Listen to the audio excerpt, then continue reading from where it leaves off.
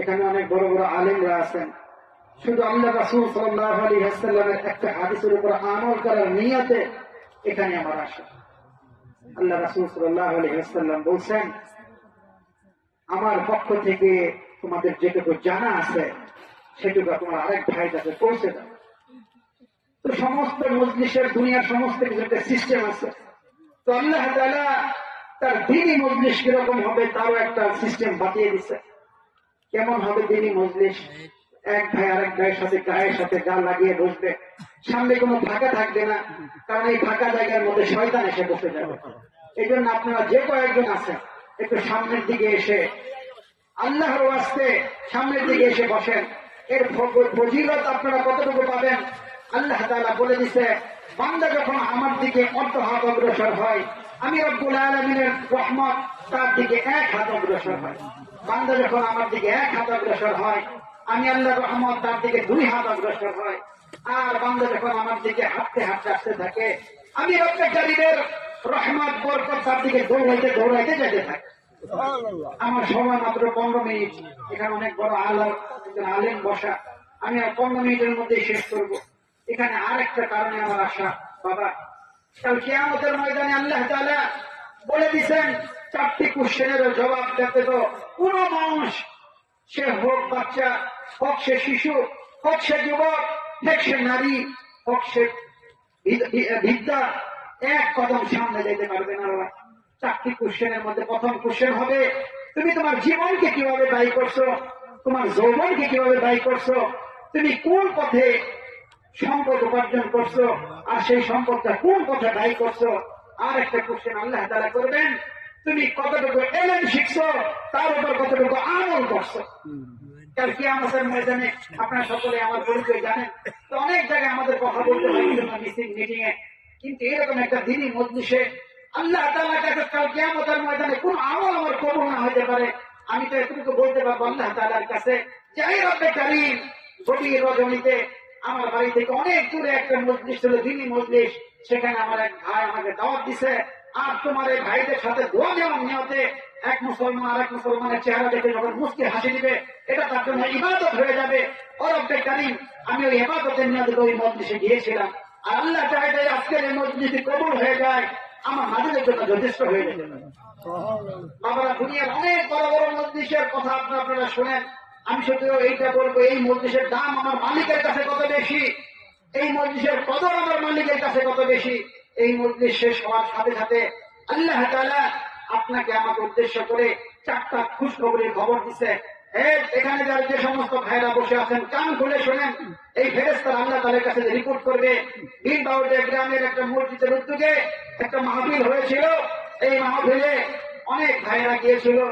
ফেরেশতারা তো আল্লাহ তাআলা সমস্ত কিছু জানার পরেও ফেরেশতাদেরকে বলবে, ফেরেশতারা তারা কি চায়? ফেরেশতারা বলবে, আল্লাহ ওই বান্দাদের তাদের গুনাহ মাফ চায়। আবার বলবে তারা আর কি চায়? বলবে আল্লাহ তাআলা জান্নাত চায়। আবার ফেরেশতাকে কি দেখা গেল, তারা আর কি চায়? বলে তারা জাহান্নাম থেকে মুক্তি চায়। আবার মালিক ডাকতে ফেরেশতাকে বলবে, ফেরেশতা তারা কি জান্নাত জাহান্নাম দেখছে? ফেরেশতা বলবে, না রব্বে কারীম, তারা জান্নাত আর জাহান্নামকে দেখে নাই। যদি তারা দেখতো, দুনিয়ার সমস্ত কাজ বাদ দিয়ে তারা সেটাই করতো। এই মজলিসে বসার কারণে আল্লাহ তাআলা আপনাকে আমাকে নাজাত দিয়ে দিতে পারে। এই জন্য বাবা, আমি আপনাদের এখানে আসছি একটা কথা বয়ান, শুধু একটা মেসেজ দেওয়ার জন্য। আল্লাহ তাআলা আপনাকে আমাকে অল্প একটা হায়াতের জিন্দেগি দিয়ে দুনিয়াতে পাঠাইছেন। আর আল্লাহ তাআলা বলে দিয়েছে, বান্দা এই অল্প সময়ের জিন্দেগিতে তুমি কতটুকু আহসান আমল নিয়ে আমার কাছে আসতে পারো, সেটা আমি দেখতে চাই। একজন অনেক বড় আল্লাহওয়ালার কাছে আমি জিজ্ঞাসা করলাম, হুজুর আপনি আমার কিছু নসিহত করেন। হুজুর বলতেছে, নসিহত কি করব? মানুষ তো ফেরেশতাও না, মানুষ তো শয়তানও না। কি বললো বাবা? মানুষ ফেরেশতাও না, মানুষ শয়তানও না। কিছু কিছু ক্ষেত্রে মানুষ ফেরেশতার থেকে উত্তম হয়ে যায় তার আমলের দ্বারা, কিছু কিছু ক্ষেত্রে মানুষ শয়তানের সাথে নিকৃষ্ট হয়ে যায় তার আমলের দ্বারা। ঠিক না? ঠিক। আমরা ব্যাপার করতে অনেক সময় দেখতে পাই যে কিছু এলাকায় একজন লোক মারা গেছে, ওখানে মিষ্টি বিতরণ করতেছে। ঠিক না? ঠিক। আবার এরকম অনেক জায়গা দেখা যায়। আমরা জানি করোনার সময় ব্রাহ্মণবাড়িয়াতে যে হুজুরটা মারা গিয়েছিল, অনেক সুন্দর অনেক বয়ান করতেন। উনার জানাজাতে কোনো এলান করা হয় নাই, তারপরেও পৃথিবীর মানে আমাদের বাংলাদেশের ইতিহাসে অন্যতম বড় জানাজা হয়েছে। কি বলেন, মানুষ কাঁদছে, একজন আলেমের দুনিয়া থেকে চলে গেছে। এই জন্য এই সম্মান কার পক্ষ থেকে আসে বাবা? আল্লাহর পক্ষ থেকে আসে। এই জন্য বাবা, বিশেষ করে যুবক ভাইদের প্রতি আমার আপনাদের পায়ে ধরে বলে যায়, বাবা আল্লাহ তাআলা আপনাকে আমাকে দুনিয়াতে পাঠাইছে, আমাদের জিন্দেগি প্রতিটা কদম নয় জান্নাতের দিকে যাচ্ছে, নয় জাহান্নামের দিকে যাচ্ছে। আজকে সমাজে সকলে শান্তি খুঁজতেছে, কিন্তু আল্লাহ তাআলা শান্তির কোড অফ লাইফ দিয়ে দিচ্ছে। আল্লাহ তাআলা ক্যাটালগ দিয়ে দিচ্ছে, বান্দা তুমি যদি কোরআন অনুযায়ী তোমার জীবনকে যাপন করো, আমার রাসূলের দেখানো ক্যাটালগ সুন্নাত অনুযায়ী জীবনকে পরিচালনা করো, তবে তুমি শান্তি পাবে, তবেই তুমি শান্তি পাবো। অন্য কোনো জায়গায় কোনো শান্তি নাই। এই কথা বলে শেষ করে দেব। কাল কিয়ামতের ময়দানে 7 শ্রেণীর মানুষ আল্লাহ তাআলা অবশ্যই নিজে ছায়া পাবে বাবা। কয় শ্রেণীর মানুষ? 7 শ্রেণীর মানুষ। তার মধ্যে প্রথমটা হলো ন্যায়পরায়ণ বাদশা। এখন এই ন্যায়পরায়ণ বাদশা বাবা, এখানে যে নাকি পরিবারের প্রধান, সেও ওই পরিবারের জন্য বাদশা। এখানকার আমাদের ইউনুর যে এই উপজেলার যে ইউনু, সে হলো এই উপজেলার দায়িত্বে, ওসি সাহেব ওসির দায়িত্বে, মেম্বার তার ওয়ার্ডের দায়িত্বে, চেয়ারম্যান তার টোটাল ইউনিয়নের দায়িত্বে। এরকম করে পর্যায়ক্রমে সকলেই তার ন্যায় বিচারকের জন্য জবাবদিহি করতে হবে। 2 নম্বর হইল ওই যুবক যে যৌবনে আল্লাহ তাআলার ইবাদত করে।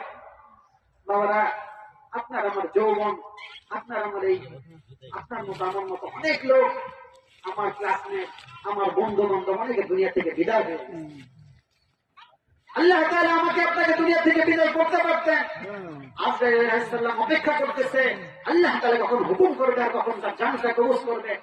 এজন্য ওই যুবক যে যৌবনে আল্লাহর ইবাদত করে, বাবারা ওই যুবক ভাইদের প্রতি আমার উদাত্ত আহ্বান, সব ছেড়ে দেন। এই ফেসবুক, এই ইউটিউব, এই ইমো, এই হোয়াটসঅ্যাপ আপনাকে কোনো সমাধান দিবে না। আপনি দুনিয়ার সমস্ত কিছু ছেড়ে মসজিদমুখী হয়ে যান। রাসূল সাল্লাল্লাহু আলাইহি ওয়াসাল্লাম যে কথাগুলো বলছে, দুনিয়ার জমিনে 3 শ্রেণীর মানুষ আমার উম্মতভুক্ত না। যিনি আলেমদের তাজিম করবে না, বড়দের সম্মান করবে না, ছোটদের স্নেহ করবে না, সে আমার উম্মতভুক্ত না।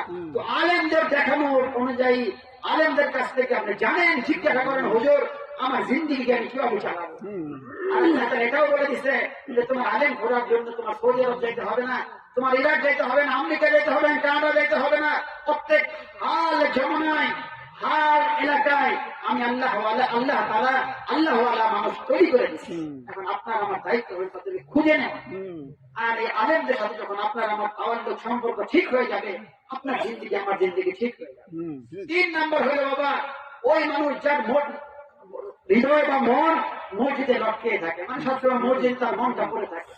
4 নম্বর হইল এরকম একজন মানুষ যে নাকি ডান হাতে দান করে, বাম হাতে জানে না। 5 নম্বর হইল ওই যুবক যাকে সতী শক্তি সম্ভ্রান্ত বংশী একটি মহিলা, সুন্দরী মহিলা প্রস্তাব দিবে, কিন্তু সে বলবে আমি আমার মালিককে ভয় করি। আর শেষ একটা হইল ভাই, যে নাকি নির্জনে তার গুনাহের কথা স্মরণ করে